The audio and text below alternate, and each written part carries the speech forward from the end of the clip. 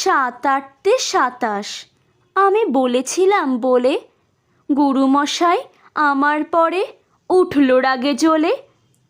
মা গো, তুমি ৫ পয়সায় এবার রথের দিনে সেই যে রঙিন পুতুলখানি আপনি দিলে কিনে। খাতার নিচে ছিল ঢাকা, দেখালে এক ছেলে। গুরুমশাই রেগে মেগে ভেঙে দিলেন ফেলে। বললেন, তোর দিনরাত্রির কেবল যত খেলা, একটুও তোর মন বসে না পড়াশোনার বেলা। মা গো, আমি জানাই কাকে, ওর কি গুরু আছে? আমি যদি নালিশ করি এক্ষুনি তার কাছে। কোনো রকম খেলার পুতুল নেই কি মা ওর ঘরে?